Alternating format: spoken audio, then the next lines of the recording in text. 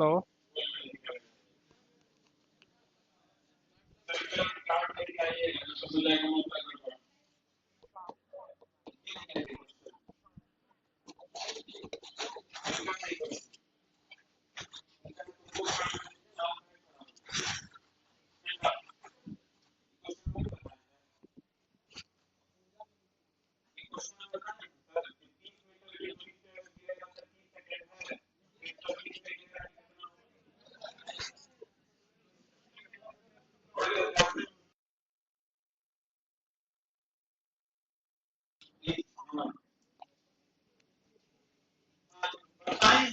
Hello.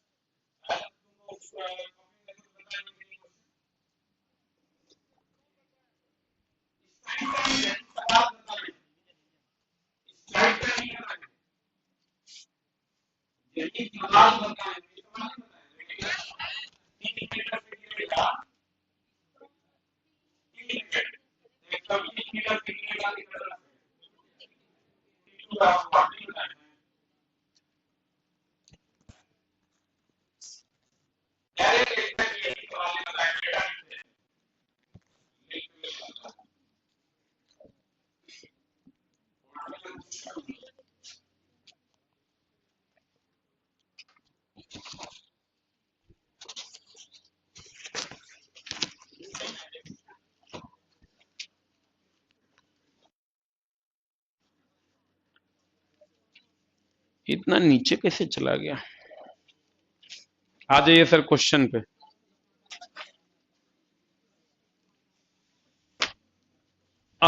कहां तक हुआ है? पेज नंबर बोलिएगा।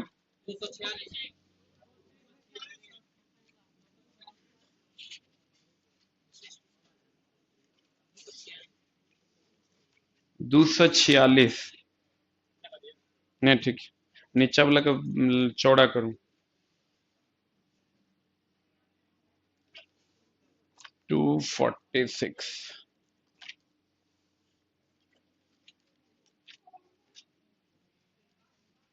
हाँ ऊपर लिया ना, ऊपर। हाँ अब टाइट कर दो। देखिए सर, विशिष्ट उष्माधारिता पढ़ाना था, नहीं पढ़ाना है।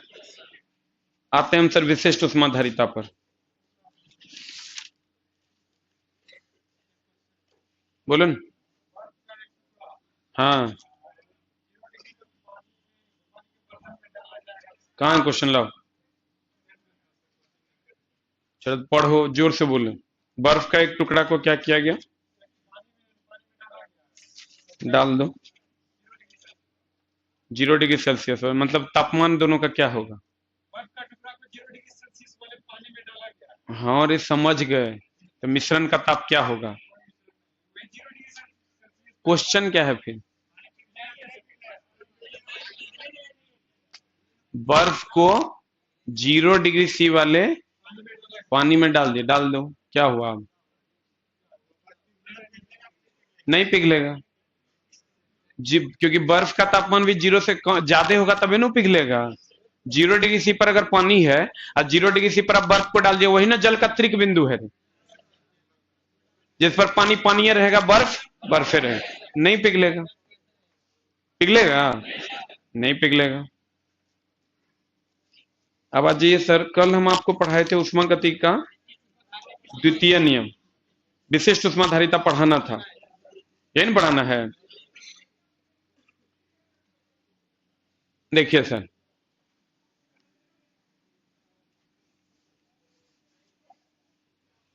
एक है विशिष्ट उष्माधारिता, एक है गुप्त उष्मा।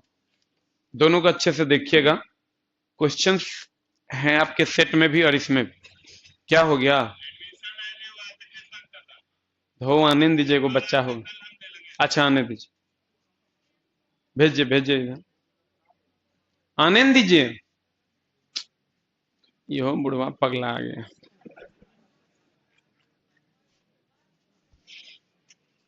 आने दीजिए, इधर आओ।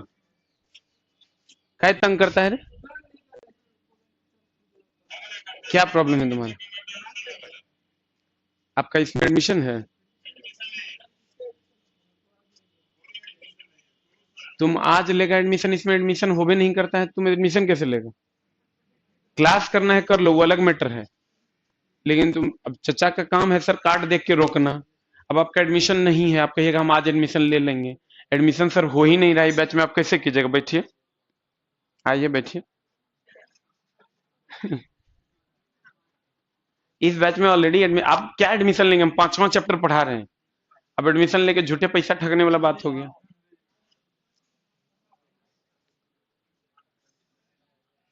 आ जाइए सर, हम विशिष्ट उष्माधारिता पे आते हैं। आज थोड़ा सा गौर फरमाइए, ना तो मामला गड़बड़ हो जाएगा। सबसे उल्टा टॉपिक है पूरे हिट का ये, महा उल्टा टॉपिक। अब विशिष्ट उष्माधारिता है क्या?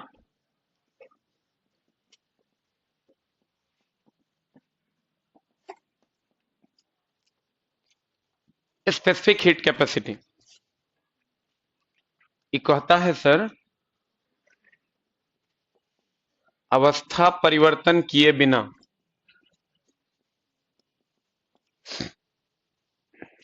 अवस्था परिवर्तन किए बिना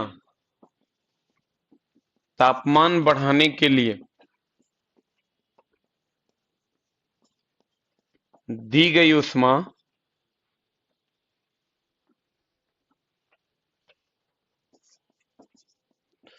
विशिष्ट उष्माधारिता कहलाती है। विशिष्ट ऊष्मा धारिता कहलाती है। ठीक है।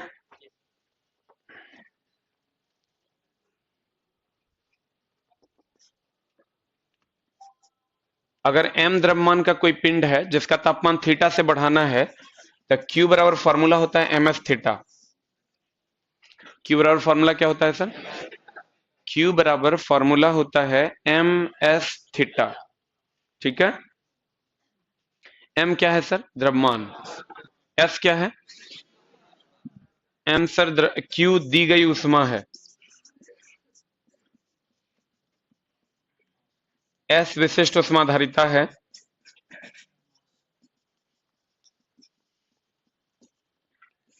थीटा तापमान में अंतर है।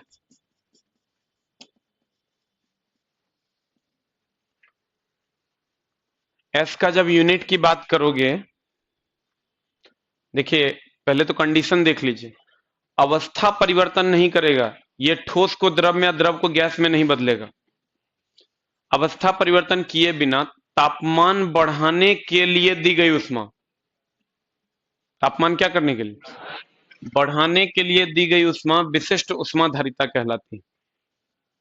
अवस्था परिवर्तन नहीं होगा। और सर अगर अवस्था, इसका सर होता क्या है, जल की विशिष्ट उष्माधारिता 4200 जूल पर केजी पर केल्विन। इसका ऐसा ही मात्रक होता है, जूल पर केजी पर केल्विन। आप कहिएगा कैसे? तो देखिए S बराबर हम लिख सकते हैं Q बटा m थीटा। Q का होता है जूल, m का केजी, थीटा के केल्विन। तो जूल पर केजी पर केल्विन हो गया, नहीं हुआ? अब सर इसी को जब लिखेंगे कैलोरी में, ये होता है 1 कैलोरी पर ग्राम पर डिग्री सी। जल की विशिष्ट उष्माधारिता 4200 जूल पर केजी पर केल्विन या 1 कैलोरी पर ग्राम पर डिग्री सी होगा। फिर से डिफिनेशन पढ़ो। अवस्था परिवर्तन किए बिना, यानी ठोस को द्रव में, द्रव को गैस में, ये नहीं बदलेगा। तापमान बढ़ाने के लिए दी गई ऊष्मा विशिष्ट उष्माधारिता कहलाएगी। Q बराबर होता है ms थीटा, S बराबर Q बटा m थीटा, जूल बटे केजी केल्विन। ठीक है। अब जल की विशिष्ट उष्माधारिता कितनी होती है? अवस्था परिवर्तन ये करेगा कि नहीं करेगा?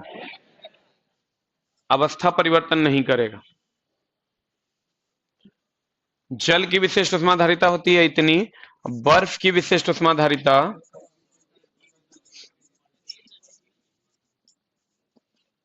होता है 2100 जूल पर केजी पर केल्विन।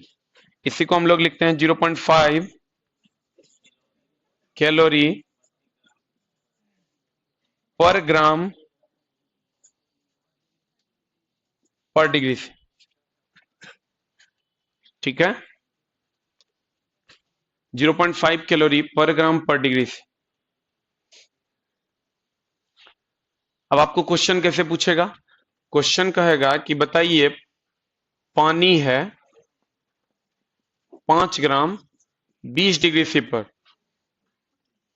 अवस्था परिवर्तन नहीं करना है, पानीय को 5 ग्राम 30 डिग्री सी पर ले जाने के लिए कितनी ऊष्मा देनी पड़ेगी? दे दीजिए Q बराबर M S theta. M S theta कितना हो जाएगा? एम 5। एस की अगर बात करोगे तो ये ग्राम डिग्री सी में है, तो आपको पानी है तो पानी की विशिष्ट ऊष्मा धारिता लेनी होगी ग्राम डिग्री सी में। ग्राम डिग्री सी में कितना है? 1 ना। ग्राम डिग्री सी में कितना है? 1। तो यहां वैल्यू लेना होगा एस का 1। थीटा तापमान में अंतर है, 30 में से 20 गया 10। कितना हो जाएगा? 50 कैलोरी इज द आंसर। ठीक है, अगर दे देगा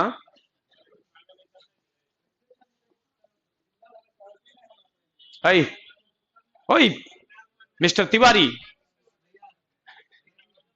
mister Tiwari, why you are shorting? 5 ग्राम -20 डिग्री सी पर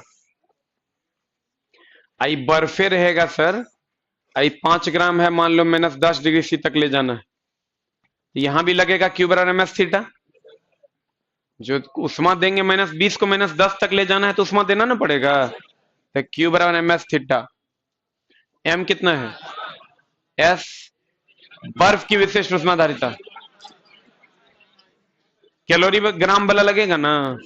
0.5 थीटा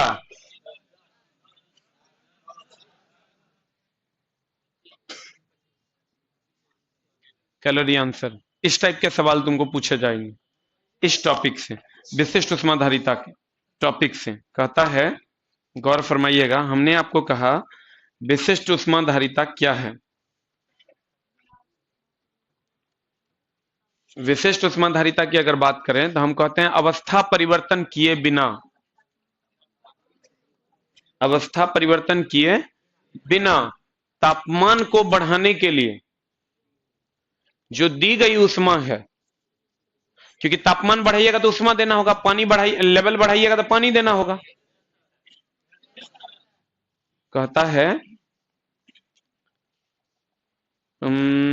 विशिष्ट उष्मा धारिता, किसी पदार्थ की विशिष्ट उष्मा धारिता उस पदार्थ के एकांक द्रव्यमान के ताप को एकांक से बढ़ाने के लिए दी गई उष्मा विशिष्ट उष्मा धारिता कहलाती है।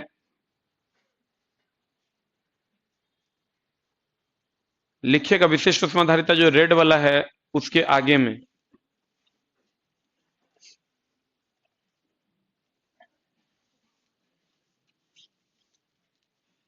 लिखिएगा अवस्था परिवर्तन किए बिना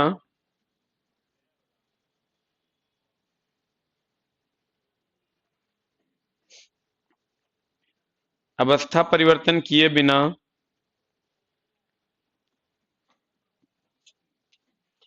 तापमान को बढ़ाने के लिए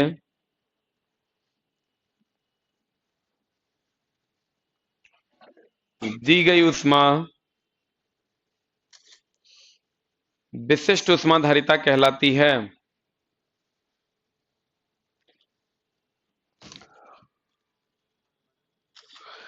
विशिष्ट उष्मा धारिता कहलाती है।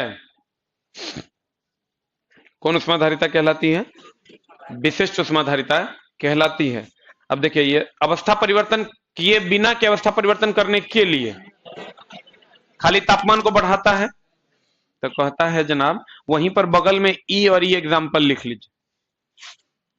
ये एग्जाम्पल जगह है बगल में और ये एग्जाम्पल दोनों लिखिए।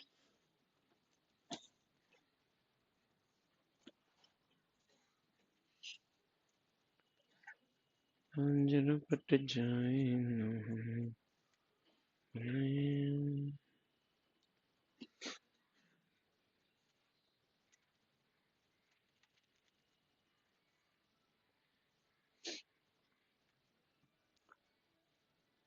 हेमंत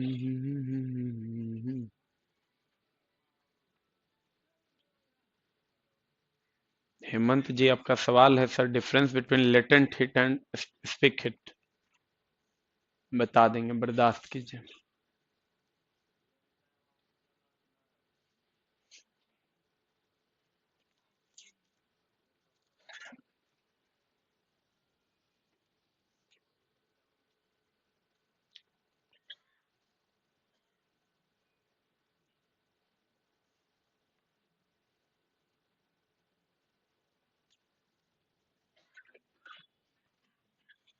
हो गया?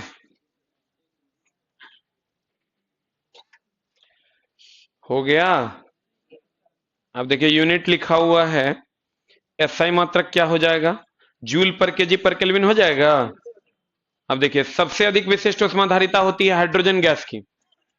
सबसे अधिक विशिष्ट ऊष्माधारिता किसकी होती है? जल्दी लिखो।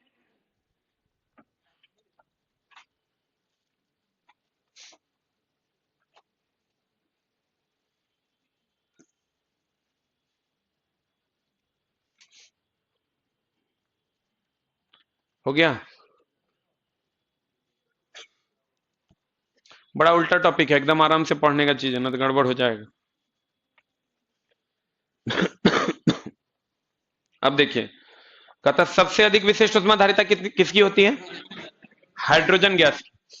कितनी होती है उसका कोई माई बाबू नहीं है। उसके बाद होती है जल की, 4200 जूल पर केजी पर केल्विन, जो कि अभी हमने लिखा भी है। जल की विशिष्ट ऊष्माधारिता देखिए, लिखे हैं 4200 जूल पर केजी पर केल्विन, लिखे हैं। कहता है सबसे अधिक विशिष्ट ऊष्माधारिता लगभग उसको काट दो, लगभग 4200 जूल पर केजी पर केल्विन। हाँ काटिए न। वहां जो लिखा है ना सबसे अधिक विशिष्ट ऊष्माधारिता, लगभग 4200 जूल पर केजी पर केल्विन, वहां काट दीजिए। हाइड्रोजन गैस की होती है तथा उसके बाद पानी किया, वहां ब्रैकेट में लिखिए 4200 जूल पर केजी पर केल्विन।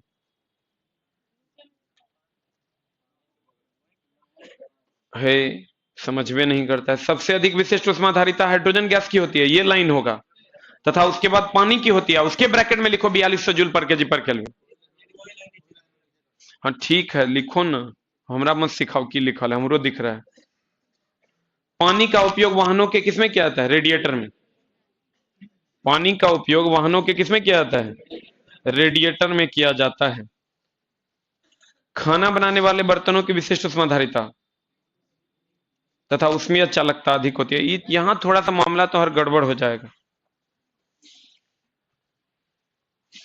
गड़बड़ क्या होगा? तो विशिष्ट ऊष्माधारिता होती है सर पानी की, हाइड्रोजन गैस के बाद सबसे ज्यादा पानी की। तो उसका गुण क्या होता है? जिसकी विशिष्ट ऊष्माधारिता अधिक होगी वो अधिक ऊष्मा ग्रहण करेगा और कम ताप बढ़ाएगा। जिसकी विशिष्ट ऊष्माधारिता कम होगी वो कम में ताप ग्रहण करेगा, अधिक ऊष्मा बढ़ा लेगा। कम में ऊष्मा ग्रहण करेगा, अधिक ताप बढ़ा ले। देखो, जैसे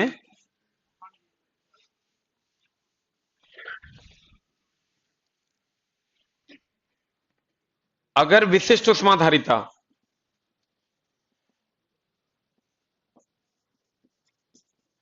अधिक है, ये कम ऊष्मा लेगा, हाँ अधिक ऊष्मा लेगा,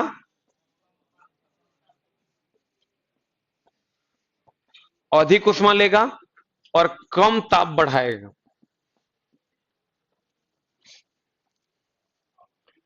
अगर विशिष्ट ऊष्माधारिता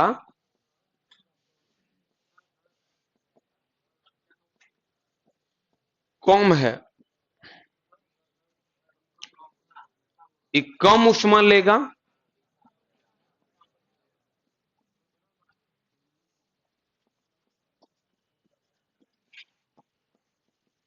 अधिक ताप बढ़ाएगा। आप कहेगा समझे नहीं सर, समझना पड़ेगा। क्वेश्चन में ऑप्शन ऐसा रहेगा ना, आपको दे देगा बताइए पानी की विशिष्ट ऊष्माधारिता अधिक होती है, कम होती है, खाना बनाने वाले बर्तन की विशिष्ट ऊष्माधारिता अधिक होती है, कम होती है, वगैरह वगैरह दे देगा। आपको यह जानना है कि पानी अधिक ऊष्मा लेता है और कम ताप बढ़ाता है, इसका मतलब उसकी विशिष्ट ऊष्माधारिता क्या है? अधिक। खाना बनाने वाला बर्तन वो कम में ऊष्मा लेगा, अधिक ताप बढ़ा देगा, तो उसकी विशिष्ट ऊष्माधारिता क्या होती है? कम। यहां इसका एग्जाम्पल हो गया पानी, और इसका एग्जाम्पल हो गया बर्तन। इसको लिख लीजिए कहीं पर।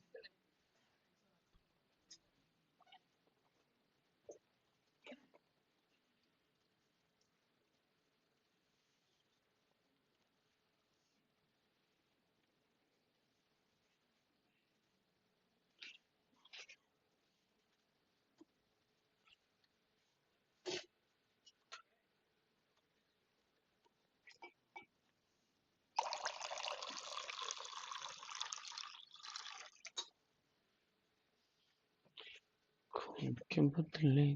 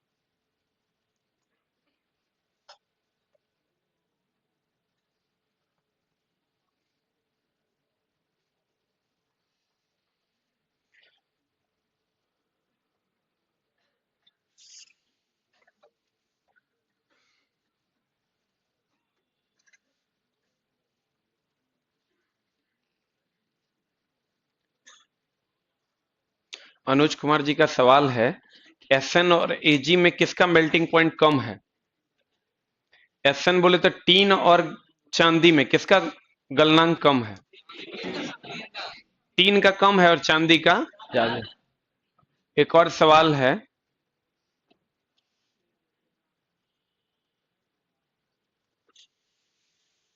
The next one is, radiator पानी द्वारा किस विधि से ठंडा होता है? रेडिएटर का पानी किस विधि द्वारा ठंडा होता है? संवहन द्वारा ठंडा होता है। अब देखिए, मामला ये है कि अब आपको क्वेश्चन पूछेगा, बताओ पानी की विशिष्ट ऊष्माधारिता अधिक की कम? अब खाना बनाने वाले बर्तन की कम। अब देखिए, कहता है यस, सबसे अधिक विशिष्ट ऊष्माधारिता इसका हो गया। पानी का उपयोग वाहनों के रेडिएटर में किया जाता है। खाना बनाने वाले बर्तन की विशिष्ट ऊष्माधारिता निम्न होगी कि उच्च होगी? और उसमें अचालकता क्या होगी? हाँ, अधिक होती है। अब कहता है सर 50 केजी पानी 840 मीटर की ऊंचाई से गिरकर जब पत्थर से टकराता है तो इसकी सारी गतिज ऊर्जा ऊष्मा में बदलकर पानी को प्राप्त हो जाती है। पानी का तापमान में कितने की वृद्धि होगी? देखिए, एक क्वेश्चन इसका और पूछता है कि अगर झरने से पानी गिर रहा है तो बताइए कि उसका तापमान बढ़ेगा कि घटेगा? ये क्वेश्चन आपको सेट में मिलता हो तो उसका तापमान बढ़ेगा। अब यहां मामला है कि 50 केजी पानी है, तो आप हमेशा इसमें ध्यान रखना है आपको कि इस टाइप का क्वेश्चन, जब पानी सर कहीं से गिरता है तो पानी के पास जो हाइट के कारण ऊर्जा होगी वो mgh होगी, और mgh ही बदल जाएगा ms थीटा में। विशिष्ट ऊष्माधारिता पोटेंशियल एनर्जी के बराबर होता है। सब कुछ दिया हुआ रहेगा, एक कोई अननोन होगा उसको निकाल देना है। यह विशिष्ट ऊष्माधारिता ms थीटा या दी गई ऊष्मा कह सकते हैं। यह है mgh potential energy. mm cut गया, निकालना क्या है देखिए तो, थीटा निकालना है। थीटा बराबर क्या हो जाएगा? gh bye s। g कितना दिया हुआ है, h कितना है, कितनी ऊंचाई से गिरा रहा है 840, s कितना है 4200 ना, क्योंकि सर ये 840 मीटर में है तो ये भी केजी में देंगे। काट खोट के आंसर ले आओ। The answer is 2 degree C. 2 degree C आ रहा है क्या? 10101010 गया, 42 दूनी 84। Theta is equal to 2 degree, sorry 2 kelvin, not degree C, 2 kelvin. हाँ सर बोलिए। उसमें बढ़ेगा सर। जैसे थ्योरी ये है कि अगर पानी पहाड़ से गिरेगा तो उसकी गति तो बढ़ेगी, और गति बढ़ेगा तो घर्षण बढ़ेगा, रगड़ अणुओं के बीच रगड़ बढ़ेगा, रगड़ बढ़ेगा तो हीट बढ़ जाएगा। फुहारा जो निकलता है जी।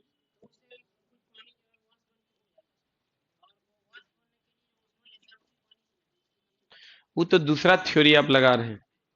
आप सर दूसरा थ्योरी लगा रहे हैं कि वो जो आप ट्यूब वाला थ्योरी लगा रहे हैं कि ट्यूब से जब हवा निकलती है तो उसके अंदर से उष्मा लेती है। यहाँ ऐसा कोई थ्योरी काम नहीं करता है। यहाँ सीधा एक लाइन का बात यह है कि अगर कोई पहाड़ से पानी गिरेगा तो उसके अणुओं के बीच गति होगी, जिसके कारण गतिज ऊर्जा बढ़ेगा, जिसके कारण उष्मा बढ़ेगी।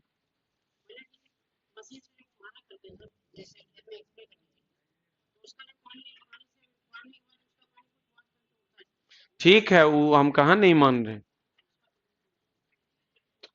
जब भी आप सर उसमें दाब घटा, उसमें नोजल यूज करते हैं हम, जो फव्वारा लगाते हैं, तो नोजल का सिद्धांत यही है कि वह दाब को घटा के गतिज ऊर्जा बढ़ा देता है। नोजल जो है प्रेशर को डिक्रीज करता है, काइनेटिक एनर्जी को बढ़ा देता है, और जैसे काइनेटिक एनर्जी बढ़ेगा हीट बढ़ जाएगा, हीट घटेगा नहीं। आप जो कॉन्सेप्ट लगा रहे हैं सर, वो कॉन्सेप्ट है आपका कि जैसे ट्यूब से निकलती है हवा तो वो ठंडी होती है। एक क्वेश्चन आपको मिलता होगा, ट्यूब से निकलने वाली हवा क्या होती है? आइडियाबेटिक चेंज है ये।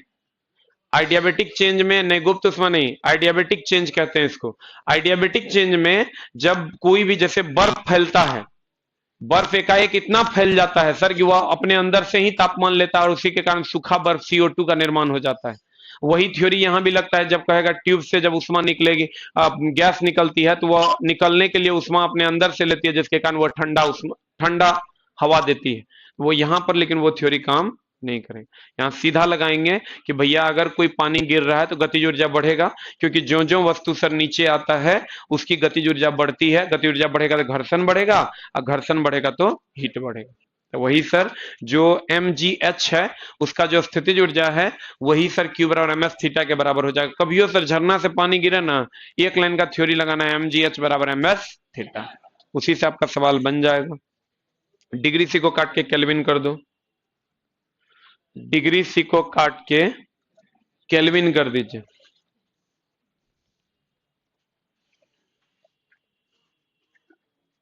कर दिए। कहता विशिष्ट उष्माधारिता पदार्थ की प्रकृति पर निर्भर करता है, जबकि उष्माधारिता किस पर? द्रव्यमान पर निर्भर करता है। कुछ खास पॉइंट नहीं है, लेकिन सर जो अगला है आपका गुप्त उष्मा, गुप्त उष्मा क्या है? जैसे अभी हम विशिष्ट उष्माधारिता का डेफिनेशन देखे तो क्या लिखा है, एक बार पढ़िए तो।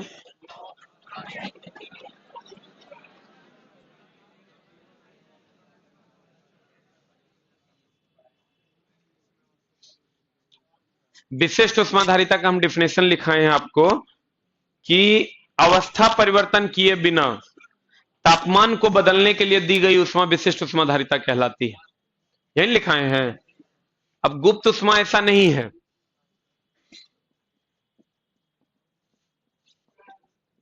गुप्त उष्मा होगा, यहां तापमान नियत रहेगा,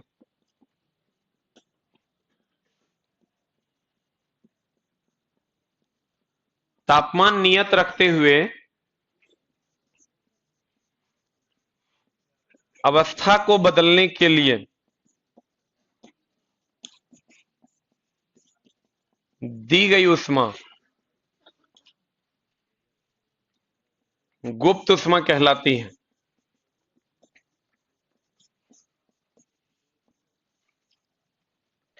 फॉर्मूला होता है सर Q बराबर ml।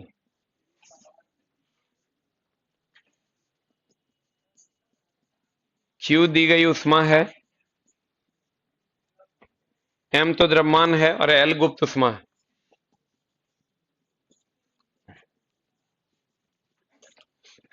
L का यूनिट क्या हो जाएगा सर?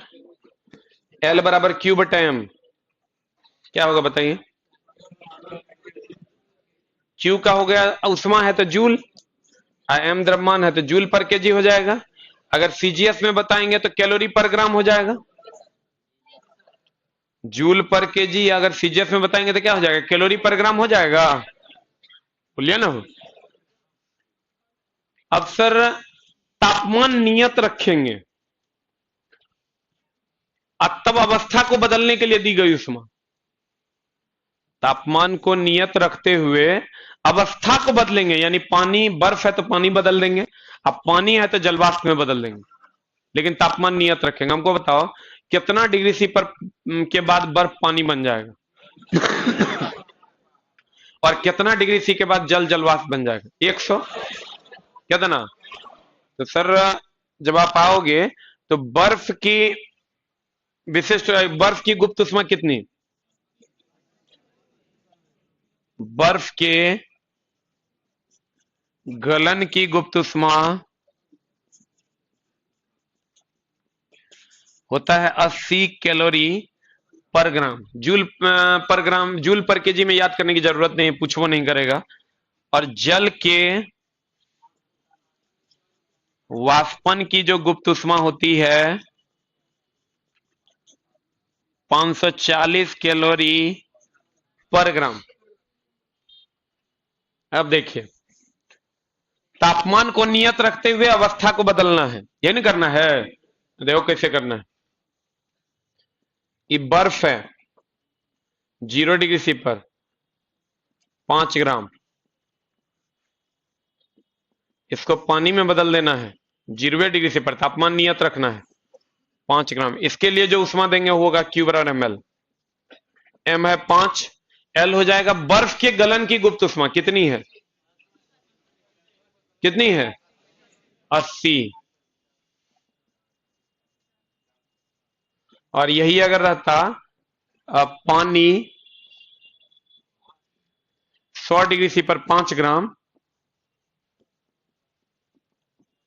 इसको जलवाष्प में बदलना है 100 डिग्री सी पर 5 ग्राम को, तो कहता कितनी ऊष्मा देंगे, क्यू बराबर एम एल। एम हो गया कितना, एल बराबर हो जाएगा इस 2700 कैलोरी। इस टाइप के सवाल पूछे जाते हैं, आप कहिएगा, गौर फरमाइए। कहता है गुप्त ऊष्मा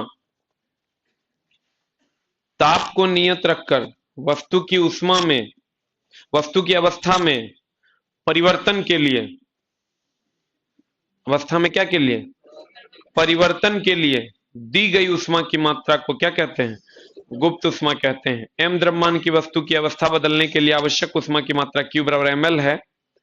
क्यू बराबर क्या है, एम एल है, तो क्यू बराबर एम एल है। एल क्या है, गुप्त ऊष्मा है। एल क्या है, गुप्त ऊष्मा है। एल का SI मात्रक हो जाएगा जूल पर केजी होगा या कैलोरी पर ग्राम। ऊष्मा का SI मात्रक जूल, सीजीएस मात्रक कैलोरी ना, तो जूल पर केजी या कैलोरी पर ग्राम। अब मामला क्या है सर, जैसे ध्यान दीजिएगा,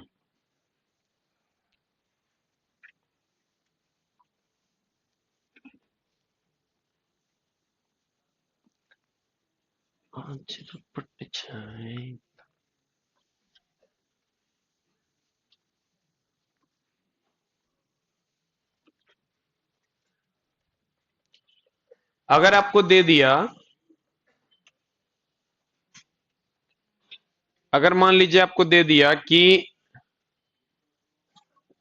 बर्फ है 5 ग्राम -20 डिग्री सी पर, देखिए इसमें सबका सार संग्रह आ जाएगा।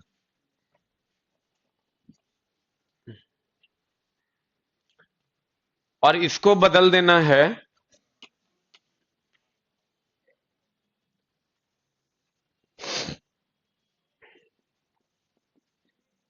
जलवाष्प में 5 ग्राम 100 डिग्री सी। तो पहले आपको क्या करना होगा, -20 डिग्री, चूंकि बर्फ को पहले पानी में बदलना होगा और फिर पानी को जलवाष्प में बदलना होगा। तो बर्फ को पानी में अगर बदलना है तो पहले बर्फ को 0 डिग्री सी पर लाना होगा, बर्फ को 0 डिग्री सी पर लाना होगा। तबे ना सर क्यू बराबर ml देके आप उसको पानी में बदल दीजिएगा। तो यहां पर क्या लगेगा, क्यू बराबर एम एस थीटा, क्यू बराबर ml, क्यू बराबर। आज जब यहां इस बर्फ को अब हम पानी में बदल देंगे 0 डिग्री सी पर ना,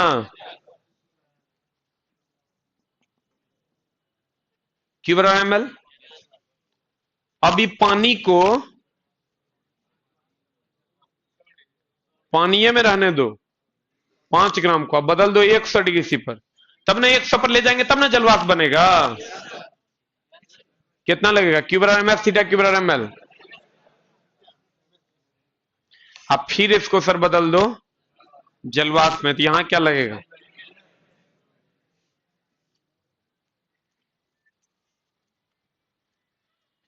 अच्छे से समझ लेना, सब इसी में है मामला।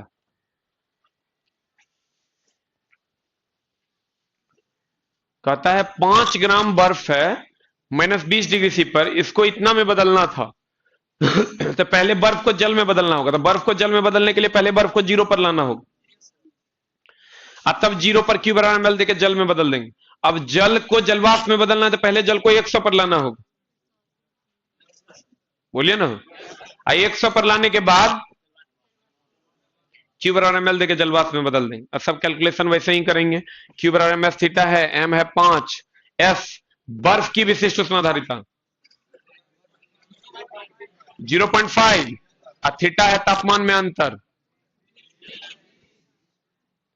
कितना आ जाएगा, 25 दूनी 50 कैलोरी होगा। यहां लगाओगे क्यू बराबर ml, m कितना है 5, l बर्फ के गलन की गुप्त उष्मा 80, यहां लगाओ क्यू बराबर mf थीटा 5, f कितना है पानी के विशिष्ट उष्माधारिता 1, सही है, गुना तापमान में अंतर,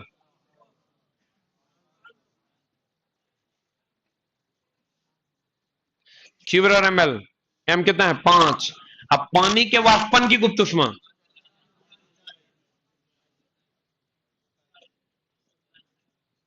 अब सबको जोड़ देंगे उतने उष्मा खर्च हुआ, बर्फ को इतना से इतना तक पहुंचा नहीं, बोलेंगे जे आएगा उत्तर हो जाएगा। क्लियर। अगर आपको बर्फ से जलवाष्प की ओर जाना है तो पहले बर्फ को 0 डिग्री सी पर लाइए, उकरा से फिर जल बनाइए, और जल को फिर 100 पर लाइए, फिर उससे जलवाष्प बनाइए। अवस्था परिवर्तन के लिए जब भी देंगे क्यू बराबर ml देंगे, और अगर उसी अवस्था में पानी को गर्म करना है या बर्फ को गर्म करना है तो क्यू बराबर ms थीटा देंगे। सही है गलत है, पढ़िए, देखिए आपके सामने किया हुआ है।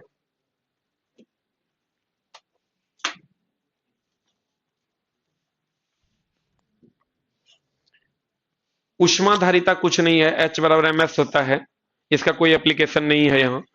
किसी वस्तु के ताप को एकांक से बढ़ाने के लिए आवश्यक उष्मा की मात्रा उस वस्तु की उष्माधारिता कहलाती है।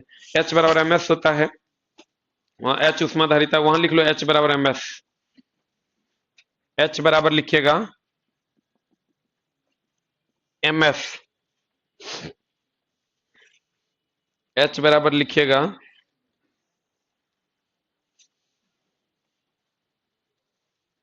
ms, लिखे। S विशिष्ट उष्माधारिता है, m द्रव्यमान है, इसका यूनिट निकालोगे तो क्या हो जाएगा बताओ, H बराबर ms है, इसका यूनिट निकालोगे तो S बराबर ने H बराबर m हो गया kg, और S का क्या होगा जूल पर केजी पर केल्विन, तो केजी केजी गया तो जूल पर केल्विन हो जाएगा, बोलो ना। अब सर कहता है विशिष्ट उष्माधारिता पदार्थ की प्रकृति पर निर्भर करता है, जबकि उष्माधारिता पदार्थ के किस पर निर्भर करता है, द्रव्यमान। सेम लाइन पीछे भी था, कॉपी एंड पेस्ट है। अब सर लिस्ट दिया हुआ है, जल की विशिष्ट उष्माधारिता कितनी है 4200 जूल पर केजी पर केल्विन, या 1 कैलोरी पर ग्राम पर डिग्री सी। अब बर्फ की विशिष्ट उष्माधारिता कितनी 2100 जूल पर केजी पर केल्विन होगा, वहां 2100 जूल पर केजी पर केल्विन।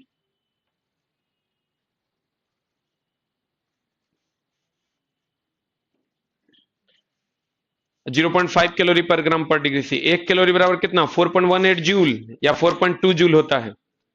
1 ब्रिटिश थर्मल यूनिट बराबर 252 कैलोरी। बर्फ के गलन की गुप्त उष्मा कितना? 80 कैलोरी पर ग्राम या 3.36 × 10⁵ जूल पर केजी। सही है। उसके बाद जल के वाष्पन की गुप्त उष्मा 540 कैलोरी पर ग्राम या 536। अब जूल पर केजी में कहिएगा 2.25 × 10⁶ जूल पर केजी। अब सर जूल पर केजी में तब काम पड़ेगा जब ये द्रव्यमान दे दे केजी में और ये दे दे तापमान केल्विन में, तब जो यहां लगाएंगे सर एस का वैल्यू वो जूल पर केजी वाला लगाएंगे। बोलो रे। अगला सवाल देखिए क्या है। एक सवाल और है, इधर होगा कहीं।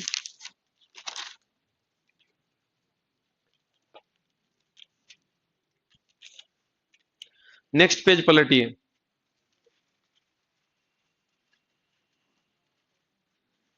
पलटे पेज नंबर 248 पलटे हो। कहता है 1 केजी जल का तापमान 30 डिग्री सी से 80 डिग्री सी करने के लिए आवश्यक उष्मा। बताओ की करना है। जले का ताप 30 से 80 कर रहा है, इसका मतलब क्यू बराबर एम एस थीटा की क्यू बराबर एम एल।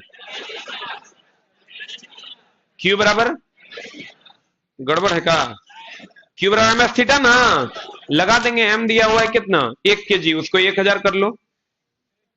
बोलवे नहीं करेगा। कह रहा है, क्या कह रहा है? के लिए आवश्यक उष्मा का मान कितना होगा? एकदम सिंपल है सर। KG calorie. मामला देखो क्या है। अगर हम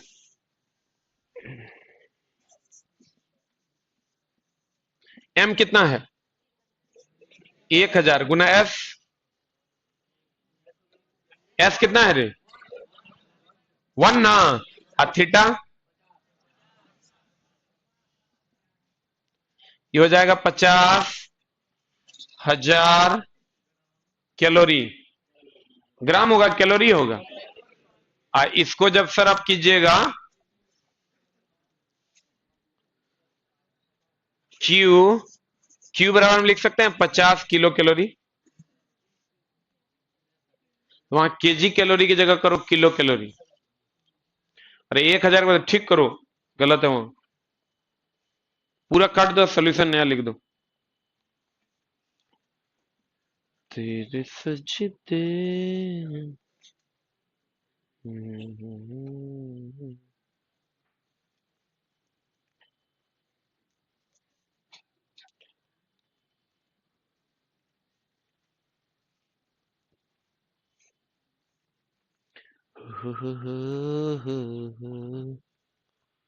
तुम भी कहो। इलेक्ट्रॉनिक मैकेनिक वाले जो लोग हैं, अजीत जी, आप टॉप रैंकर्स से फोन कीजिए, वो आपको बता देंगे। गौरव सर का वीडियो अवेलेबल हो गया है, आपको वीडियो मिल जाएगा। आप टॉप रैंकर्स को फोन कीजिए, बोलिए इलेक्ट्रॉनिक्स का जो बचा हुआ क्लास है अभी 9 से 10 में लाइव चल रहा है। अजीत जी 9 से 10 में लाइव चल रहा है, आप टॉप रैंकर्स को फोन कीजिए, वो आपको आपकी मदद कर देंगे।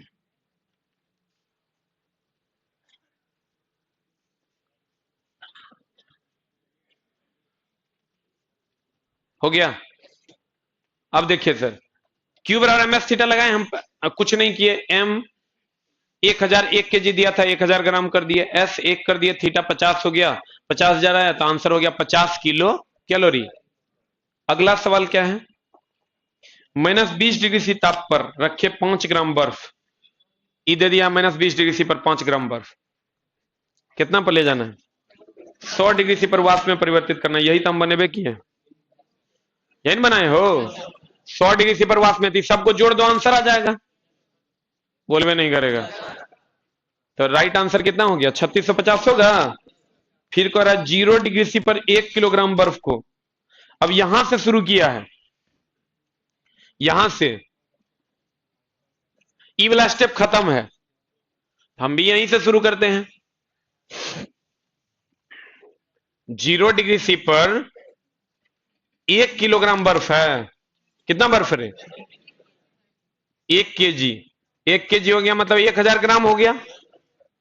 अब कह रहा है बताइए कि उसको 100 डिग्री सी पर जलवाष्प में बदलने के लिए कितनी ऊष्मा खर्च होगी। यही नहीं क्वेश्चन कह रहा है 1000 ग्राम। वहां पर जब आप सॉल्यूशन में जाइएगा, इसमें थोड़ा सा मिस्टेक है, 1 ग्राम कर दो, केजी के जगह पर 1 ग्राम कर दो,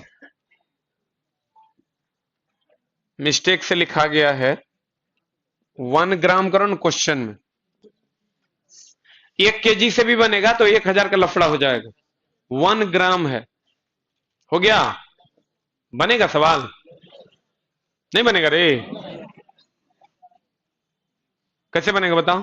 पहले तो इस 1 ग्राम को 0 डिग्री सी को लेके जाएंगे हम, 1 ग्राम 0 डिग्री सी पानी में बदलेंगे, डायरेक्ट यहां पानी में बदल देंगे, ऑलरेडी 0 डिग्री सी पर है, तो क्यू बराबर क्या लगा देंगे? ml। यहां क्या लगाएंगे? फिर ए 0 डिग्री सी को 100 डिग्री सी में, क्यू बराबर एम एस थीटा, फिर यहां क्या बदलेंगे? आंसर आ जाएगा, तीनों को जोड़ देंगे निकाल के। क्या हो तकलीफ है तो हम सॉल्व कर देंगे, हो जाएगा। नेक्स्ट, बैक आ जाइए सर। ऐसा ही सवाल और भी है आगे दिया हुआ, आप उसको भी एंजॉय कर सकते हैं।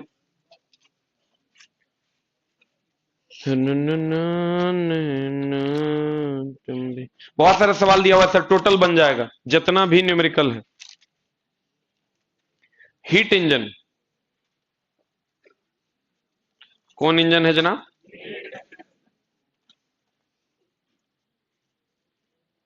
आप कहिएगा सर हीट इंजन क्या है? तो हीट इंजन हम कहते हैं सर उष्मा इंजन, वह इंजन जो उष्मा को कार्य में बदल दे। जैसे आपका कार वगैरह है, उसको वह उष्मा को किसमें बदल देता है? कार्य में बदल देता है। उष्मा को किसमें बदल देता है? उसको आप गरमाते हैं तो उष्मा देते हैं, आग लगता है उसमें, उष्मा को कार्य में बदल देता है। उसको हम डीजल इंजन, पेट्रोल इंजन, सारा हीट इंजन है। सारा का सारा क्या है? Heat engine. कहता है उष्मा इंजन, यह एक ऐसी युक्ति है जो उष्मा ऊर्जा को कार्य में बदल देती है। जो उष्मा ऊर्जा को किसमें बदल देती है? कार्य में बदल देती है। एग्जाम्पल हो गया पेट्रोल इंजन और डीजल इंजन। हाईलाइट कीजिए। हेलो, कौन कौन संजीव? कौन संजीव? अच्छा संजीव जी, क्लास में हम कॉल करते हैं आपको।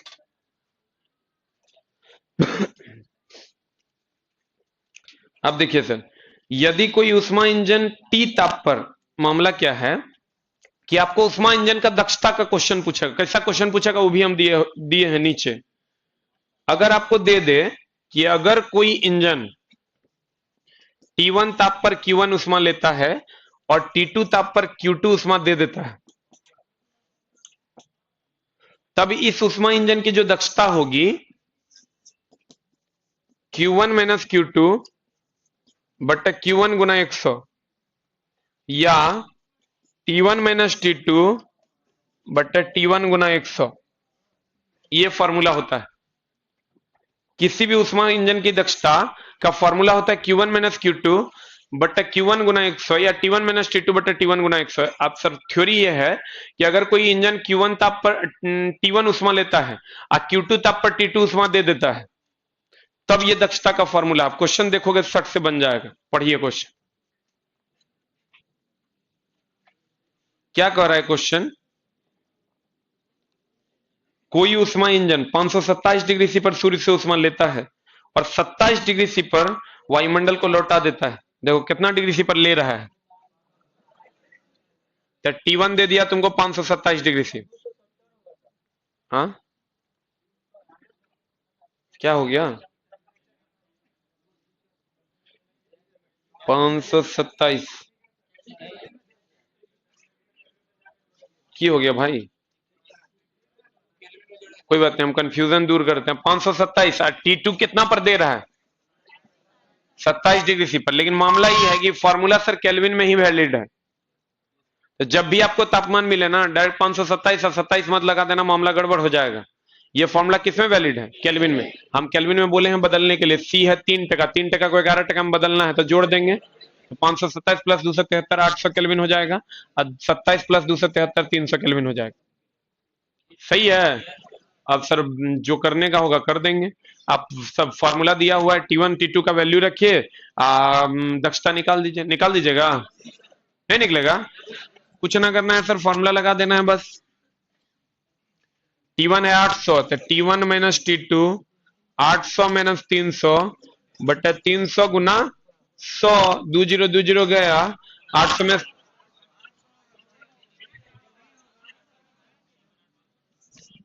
800 में 300 गया 500, 500 बटा 8, आप परसेंटेज निकाल दो, आंसर आ जाएगा। कितना आ जाएगा? जे आएगा वही उत्तर हो जाएगा।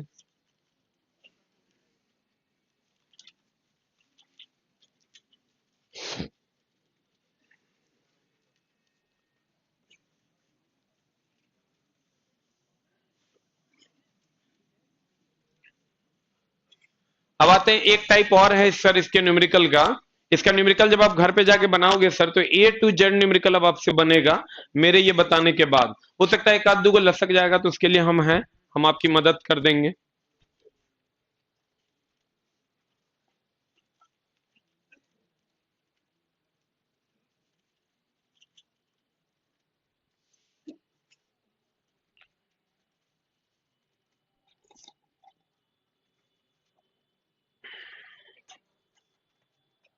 देखिए, मिश्रण वाला जो भी क्वेश्चन आएगा उसको बनाने का एकदम सिंपल सा तरीका है। बर्फ का फॉर्मूला होता है Mi minus QI/2 plus 80 plus T। जल का फॉर्मूला होता है MW QW माइनस T, और जलवाष्प का फॉर्मूला होता है MV 640 माइनस T। देखो क्वेश्चन क्या आपको पूछेगा, इसका टाइप क्या है, कहेगा इतना डिग्री सी पर इतना ग्राम बर्फ है, उसको इतना डिग्री सी पर इतना ग्राम पानी में मिला दिया गया, बताओ मिश्रण का ताप क्या होगा। ठीक है, इस टाइप के क्वेश्चंस आपको मिलते होंगे। कह देगा इतना डिग्री सी पर इतना ग्राम पानी है, इतना डिग्री सी पर इतना ग्राम जलवाष्प में मिला दिए, बताओ दोनों को मिलाने के बाद मिश्रण का तापमान क्या होगा, दोनों को मिलाने के बाद जो मिश्रित होगा उसका तापमान क्या होगा। ऑब्वियसली कम वाला से ज्यादा होगा, ज्यादा वाला से कम होगा। तो ध्यान क्या रखना है यहां, जैसे बर्फ और जल का मिश्रण है, तो ये फॉर्मूला है आपका बर्फ का, ये फॉर्मूला है जल का, ये दोनों को बराबर कर दो। Mi, क्वेश्चन अगर दे बर्फ और जल का मिश्रण का, Mi माइनस QI/2, जैसे आप क्वेश्चन पढ़ो, केस नंबर 1 बर्फ और जल का मिश्रण है, बोलो ना रे, वहां ब्रैकेट होगा सर, Mi के बाद होल में ब्रैकेट होगा, होल में ब्रैकेट होगा, कर दिए हैं। Mi क्या है? बर्फ का द्रव्यमान। QI क्या है? बर्फ का तापमान। MW क्या है? W बोले तो वाटर, I बोले तो आइस, जल का द्रव्यमान, QW है जल का तापमान, T है मिश्रण का ताप। सर हमको ही बताइए, बर्फ और जल को मिलाइएगा, कभी भी तापमान बर्फ बनेगा कि जल बनेगा? तो जल बनेगा तो कभी भी तापमान निगेटिव में आएगा क्या? निगेटिव में आएगा तो बर्फ फिर आ जाएगा। अगर निगेटिव में तापमान आए तो आंसर 0 डिग्री सी होगा। कितना डिग्री सी होगा? कहता है यदि मिश्रण का ताप निगेटिव में आए तो उत्तर 0 डिग्री सी होगा। अब देखिए क्या कर रहा है क्वेश्चन, 20 डिग्री सी पर 25 ग्राम बर्फ को 60 डिग्री सी वाले 200 ग्राम पानी में मिलाया जा रहा है, तो मिश्रण का ताप क्या होगा? किसको किसको मिला रहा है? बर्फ और, तो दोनों फॉर्मूला को बराबर कर लो। MW mass of the water, QW minus T, दोनों फॉर्मूला को बराबर कर लो। सब कुछ दिया हुआ है, T का मान मांग रहा है, निकाल दो। जैसे क्वेश्चन में देखो क्या कह रहा है, माइनस 20 डिग्री सी पर 25 ग्राम बर्फ है, कितना डिग्री सी पर कितना ग्राम बर्फ है? Mi mass of the ice देखो तो कितना दिया है? 25 gram. Q of the ice, temperature कितना दिया है इसका? हाँ, minus 20 degree C. Mass of the water कितना दिया है? कितना दिया है? 200 gram. Q of the water कितना दिया है? T का मान मांग रहा है। देखो तो एक इक्वेशन एक अननोन नहीं बनेगा, सबका वैल्यू ले जाके पुट कर दो, T का मान निकाल लो। Mi कितना है? 25, लिख दो 25। QI है माइनस 20, लिख दो माइनस 20, माइनस माइनस प्लस हो जाएगा, प्लस 80 है, प्लस T निकालना ही है। MW है 200, लिख दो 200। क्यू डब्ल्यू है तुमको 60, लिख दो 60। टी का मान निकाल लो, एक को अननोन है। बोलो न रे, आंसर हो जाएगा। बोलबे नहीं करेगा। दूसरा टाइप देखो क्या है। सेकेंड टाइप देखो किसको किसको मिला रहे हैं, बर्फ और जलवाष्प को। भैया बर्फ और जलवाष्प को मिला रहा है, दोनों को बराबर करो। M I minus Q I by 2 plus 80 plus T बराबर एम भी 640 माइनस टी है। क्वेश्चन पढ़ो। 0 डिग्री सी पर 800 ग्राम, 0 डिग्री सी पर 800 ग्राम बर्फ है, यानी मास ऑफ द आइस कितना है 800 ग्राम। क्यू ऑफ द आइस कितना है 0 डिग्री सी। 100 डिग्री सी पर 200 ग्राम जलवाष्प में, यानी मास ऑफ द वेपर कितना है, कितना 200 ग्राम। क्यू ऑफ द वेपर का तो कोई काम ही नहीं है, 100 डिग्री सी। टी का मान निकालना है, बताओ निकलेगा नहीं निकलेगा। सबका वैल्यू पुट कर देंगे, आंसर नहीं आएगा। नहीं आएगा सर बोलिएगा, कहीं कोई दिक्कत नहीं, हम कर देंगे, सॉल्व भी किया हुआ है। बोलो न रे। अब टी का मान निकल जाएगा, जो निकला 64 डिग्री सी आंसर हो जाएगा। लेकिन अगर जल और जल को मिलाते हैं तो ध्यान रखना है थोड़ा सा कुछ बात को। अगर आप वाटर और वाटर को मिलाते हैं, ध्यान खाली क्या रखना है, एगो वाटर होगा सर कम टेम्परेचर लो टेम्परेचर पर, एगो वाटर होगा सर हाई टेम्परेचर पर। बोलिए ना हो। तो देखो अगर लो टेम्परेचर पर होगा तो इसका क्यूएल मान लेते हैं, इसका द्रव्यमान को एमएल मान लेते हैं, इसके क्यूएच मान लेते हैं, इसको एमएच मान लेते हैं। लो टेम्परेचर पर उष्मा, लो टेम्परेचर पर द्रव्यमान, हाई टेम्परेचर पर उष्मा, हाई टेम्परेचर पर द्रव्यमान, कुछ ना कुछ दिया हुआ रहेगा। बताओ ये दोनों को जब मिलाएंगे तो मिश्रण का ताप इसके बीच में आएगा। ऐसा इक्वेशन लिखो कि हमेशा वैल्यू पॉजिटिव आए। अगर ये 30 होगा और ये 60 होगा तो ये दोनों के बीच में ये 40 होगा। बोलबे नहीं करेगा। तो इक्वेशन देखो क्या लिखेंगे, ml, क्योंकि इक्वेशन है mw qw माइनस टी, तो mass of at lower temperature. उसके बाद qw माइनस टी लिखना है, इसका उष्मा माइनस मिश्रण का ताप, लेकिन हम लिखेंगे यहां टी माइनस qw ql, क्या कि ql माइनस टी कर दोगे ना माइनस में आ जाएगा, बड़का में छोटका को हटाएंगे, यानी टी माइनस ql। फिर जब इस साइड वाला के लिए लिखोगे तो mh, यहां तो यही बड़ा है, यहां लिखेंगे हम QH माइनस टी। अब क्वेश्चन देखो कैसे सेट करते हैं। जल और जल का मिश्रण, देखिए MW T minus QW, MH QH minus T. ML क्या है, निम्न लोअर, L बोले तो लोअर, निम्न ताप वाले पानी का द्रव्यमान, MH उच्च ताप वाले पानी का द्रव्यमान, QL निम्न ताप है, QH उच्च ताप है, T मिश्रण का ताप है। देखो क्या दिया है क्वेश्चन, 30 डिग्री सी पर 2 किलोग्राम पानी है, 30 डिग्री सी पर 2 किलोग्राम पानी यानी 2000 ग्राम को 80 डिग्री सी वाले 500 ग्राम पानी में मिलाया जाता है, तो मिश्रण का ताप क्या होगा, नहीं बनेगा। सबका वैल्यू देल है, देखो ml दिया हुआ है 2000, T माइनस QL दे दिया है 30, MH QH 80 माइनस टी का वैल्यू नहीं निकलेगा। खाली ध्यान ये रखना है कि यहां T माइनस QL करेंगे, बड़का में से छोटका, यहां ये बड़का है तो बड़का में से छोटका। बोलो ना रे। अब बता की होगा। नेक्स्ट है जल और जलवाष्प का मिश्रण। जल और किसका मिश्रण, जलवाष्प का। तो जल और जलवाष्प का मिश्रण, देखो कैसे इक्वेशन लगाएंगे, ये जल है, ये जलवाष्प है। ऑब्वियसली जलवाष्प है तो ये 100 डिग्री सी पर होगा और 30 डिग्री सी 40 डिग्री सी कुछ पर होगा, तो मिश्रण का ताप ये दोनों के बीच में होगा। इसके लिए जो फिर इक्वेशन लिखेंगे MW, बताओ T माइनस QW की QW माइनस टी। हाँ सर ये ऑब्वियसली ये 40 के अप्रॉक्स होगा या 50 के अप्रॉक्स होगा, तो T माइनस QW ना, that is T minus QW बराबर M भी, यहां तो कोई झोले नहीं है, 640 माइनस टी। क्वेश्चन पढ़िए बन जाएगा। Read the question. लेकिन सर हमको ये बताइए, जल और जब जल और जलवाष्प को मिलाइएगा तो जल बनेगा कि जलवाष्प बनेगा? तो जल बनेगा तो अगर 100 से ज्यादा टेम्परेचर आएगा तो 100 डिग्री सी उत्तर होगा। बोलो ना रे। अब लगाओ,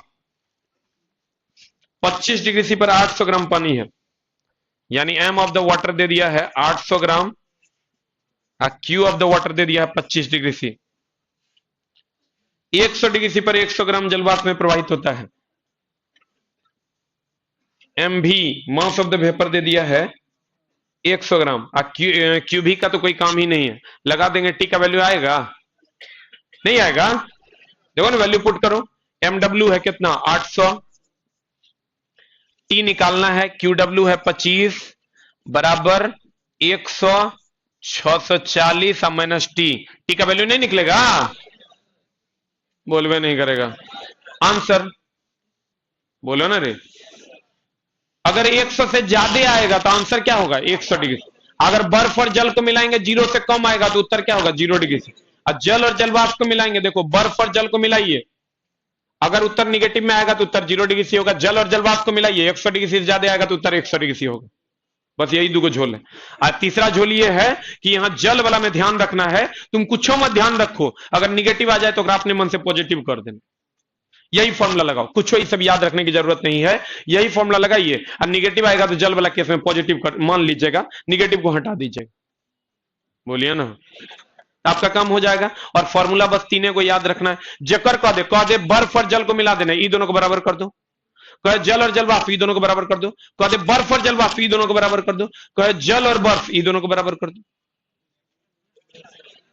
अगर ई दोनों को मिलाते हो बर्फ और जल को, तो हमको पता है टेम्परेचर जब भी आएगा 0 से कम नहीं आएगा, क्योंकि जल बनेगा, अब तो 0 डिग्री सी आंसर होगा। और जल और जलवाष्प को मिलाएंगे तो जल बनेगा, इसका मतलब 100 डिग्री से ज्यादा आएगा तो उत्तर 100 मारेंगे।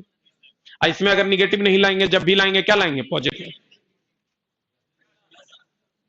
क्लियर है? यही थ्योरी है सर, आपके सामने क्वेश्चन है, और सर आप बताइए हमको कहां पर डाउट है, हम आपकी सहायता कर देंगे। क्लियर है? बोलो ना रे। अगला सवाल देखो तो अगले पेज में जो दिया हुआ है 25 डिग्री सी पर किसी छड़ की लंबाई। अब आपसे सर एक एक न्यूमेरिकल बनना चाहिए हीट का, आप एक बार बना के ट्राई करिएगा।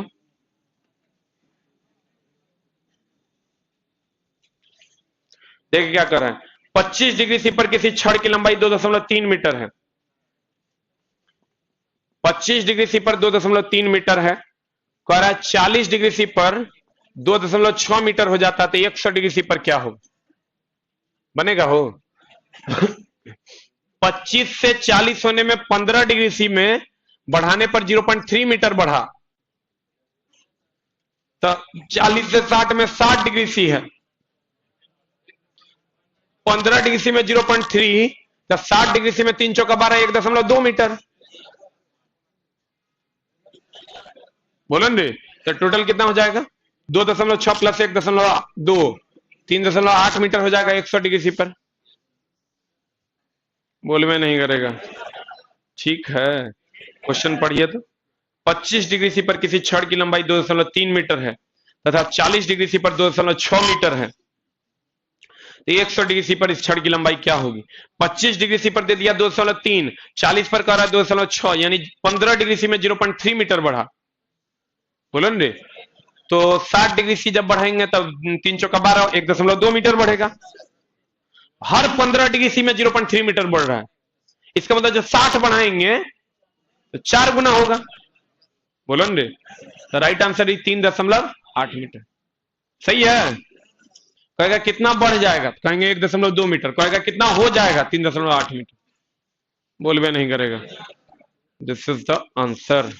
अब सर आ जाइए नेक्स्ट पे, अगला है सर किरचॉफ का नियम। किरचॉफ का नियम कहता है जो वस्तु जितना अच्छा अवशोषक होगा उतना ही अच्छा उत्सर्जक होगा। जैसे काली तथा सफेद गेंद, काली वस्तु ऊष्मा का अवशोषक है कि उत्सर्जक है? तो काली वस्तु बहुत अच्छा अवशोषक है तो बहुत अच्छा उत्सर्जक भी है। तो सर इसीलिए कहता है काली और सफेद गेंद को अगर गर्म करके बंद कमरे में रख दिया जाए तो काली वस्तु अधिक ऊष्मा उत्सर्जित करेगा और ज्यादा चमकीला नजर आएगा। यही बात ना है? कहता है इस नियम के अनुसार जो वस्तु ऊष्मा का जितना अधिक अवशोषण करेगा उतना ही अधिक उत्सर्जन करेगा। काली तथा सफेद गेंद को अगर समान तापमान पर एक साथ गर्म करके छोड़ दिया जाए अंधेरे में, तो काली वस्तु बहुत अधिक अवशोषक है, तो बहुत अधिक उत्सर्जित भी करेगा, ज्यादा चमकेगा, काली अधिक चमकीली दिखाई देगी। कृष्ण पिंड क्या होता है? ब्लैक बॉडी, जो सारे ऊष्मा विकिरणों को अवशोषित कर लेता है उसे ब्लैक बॉडी कहते हैं। सर जो अवशोषित करेगा वो काला दिखेगा, जो उत्सर्जित करेगा उजला दिखेगा। बोलो ना। सबसे अच्छा कृष्ण पिंड है काजल, 95% ऊष्मा विकिरण को अवशोषित करता है। इसीलिए देखिएगा बच्चों को काजल लगाया जाता है ताकि वह ऊष्मा विकिरण को अवशोषित करे और आंख को विटामिन डी मिले, और विटामिन डी मिलने से आंख के सेल्स का फॉर्मेशन होता है और आंख जो है लंबे समय तक खराब नहीं होता। आप देखना शहर वगैरह का जो बच्चा होता है उसका आंख बहुत जल्दी खराब होता है। देखो ये गांव का बच्चा है, मुश्किल से 1 से 2% बच्चे के आंख में चश्मा लगा है, नहीं लगा है। वही अभी शहर का बच्चा देखो एकदम बउआ वाला उम्र है, मोटा मोटा चश्मा लगल रहता है, नहीं लगल रहता है। तो यही डिफरेंस है, क्योंकि हम लोगों की मम्मी काजल लगाती थी खूब। हमको तो याद है हम छठा सतमा में थे तो यो मम्मी काजल लगा देती थी एकदम। हमको तो 3x3 के आंख है हमारे। कहता है कृष्णपिंड वह वस्तु जो लगभग सारे ऊष्मा विकिरण को अवशोषित कर लेता है कृष्णपिंड कहलाता है। सबसे अच्छा कृष्णपिंड कौन है? काजल, क्योंकि यह लगभग 90% ऊष्मा विकिरण को क्या कर लेता है? अवशोषित कर लेता। अब अगला है सर आपका ग्लोबल वार्मिंग। इन न्यूमेरिकल सर बना के आइएगा, अब बाद बाकी कार्रवाई होगी, कल अगला चैप्टर हम लोग शुरू करेंगे। न्यूमेरिकल बनाओ ना।